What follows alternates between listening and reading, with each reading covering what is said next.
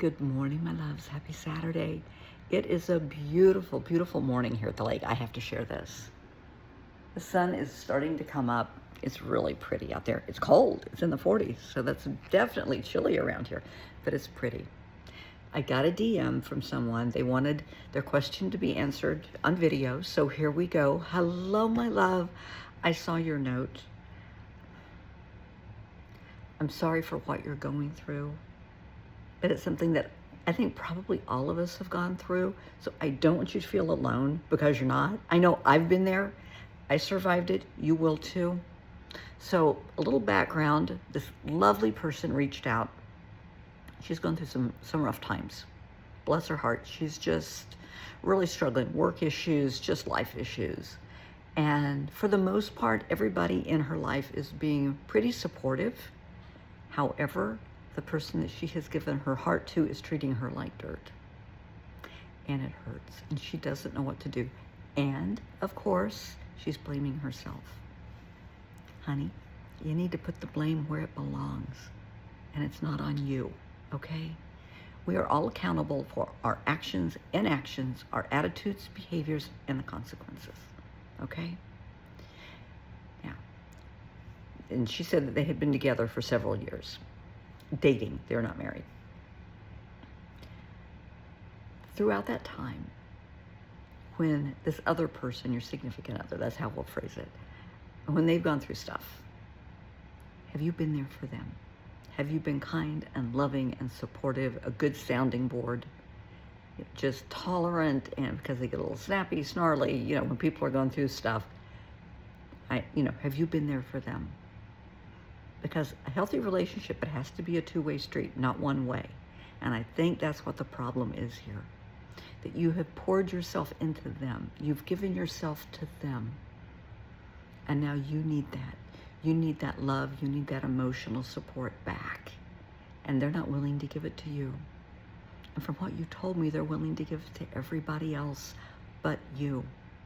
And when you need them the most, they're out with the guys. When you need somebody to talk to, they don't want to talk about it. End of the day, you guys get together for dinner to talk about your day. Does he share his day? Are you allowed to share yours, or does he not want to hear it? They don't want to talk about it. No interest. I want you to think about this. And this is going to sound really critical, really harsh, but I think you need to hear it. It's the only time they want you is when they want sex. Is that all it is? And often in a new relationship, there's a lot more feelings and excitement.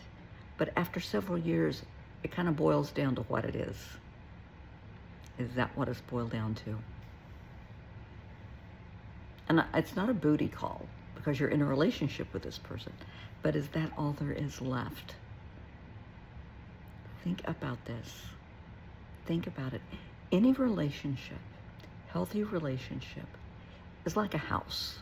A house has to have a good foundation to last, right? A house can't be built on sand. It has to have a good concrete foundation and good solid ground underneath it, good supports. Agreed? Okay. In a relationship, a marriage, anything like that, that foundation has to be built on cornerstones, okay? Strong supports, friendship, trust, respect, and open, honest, non-judgmental communication. Those are your cornerstones. You have those 4 supports, those foundations, you've got this. Absolutely. But it has to be a two-way street. Once the respect is gone, and that's where I think you are right now, the respect is gone. They don't respect you. They don't respect what you're going through because, honey, they don't care anymore. They have all but said it. Maybe they've even said it. They don't care. And at some point, you're going to have to recognize that red flag and what it means. Are there trust issues? Do they think that you've broken the trust? Are you afraid that they've broken the trust in the relationship? My opinion, as I have said so many times, Once the trust is broken, violated, it's over. It's done. It's like a beautiful crystal vase that somebody shatters into a million pieces. Gorilla Glue isn't going to fix it. It's over. It's done. Because you're never going to get that back. It's never going to be like it was. You're always going to be suspicious. They're always going to be suspicious. I want you to think about this because you deserve better. You deserve somebody that is there for you regardless, 24/7. Just like you've been there for them, they are there for you. I know it hurts, especially if you've been with them a long time, because you're accustomed to this. You have a history. You said we have a good history. What is that history? You have a good history of what? You have a good history of them treating you like this. You have a strong history of them ignoring you, of them not being there for you, of them giving you excuses. I know it sounds harsh, and I'm sorry. I don't mean to be mean. I just want you to face the reality. Now, I think what you both need to do is sit down and have a conversation. Open, honest, non-judgmental communication. Sit down and say, look, let's just get it out in the open. They may say, I don't want to. No, not going to do it. Well, then the relationship's over. If they're not willing to address the problem to fix it, because you can't fix what you don't, if you don't know what the real underlying problem is, what are you doing in the relationship? Because, sweetie, you're worth that. You're worth somebody loving you as much as you love them, trusting you as much as you trust them, respecting you as much as you respect them. And I know you told me what you were going through. And I think a lot of it is exacerbated. You feel worse about it it's bad enough as it is, but it's even worse because the person you've given your heart to doesn't care. From what you said, they have insulted you. They have mocked you. They've told you you're not doing anything to make the situation any better, and you are. I think they have kind of checked out. Maybe they don't have the balls to tell you that. That happens all the time. They want to push you till you break up with them so they don't have to be the bad guy. That's stupid. That is so stupid. So just, look at the situation for what it is. Make a pro and con list, but you have to be honest about that. You can't just list, they have pretty eyes and a nice smile. Yeah, no.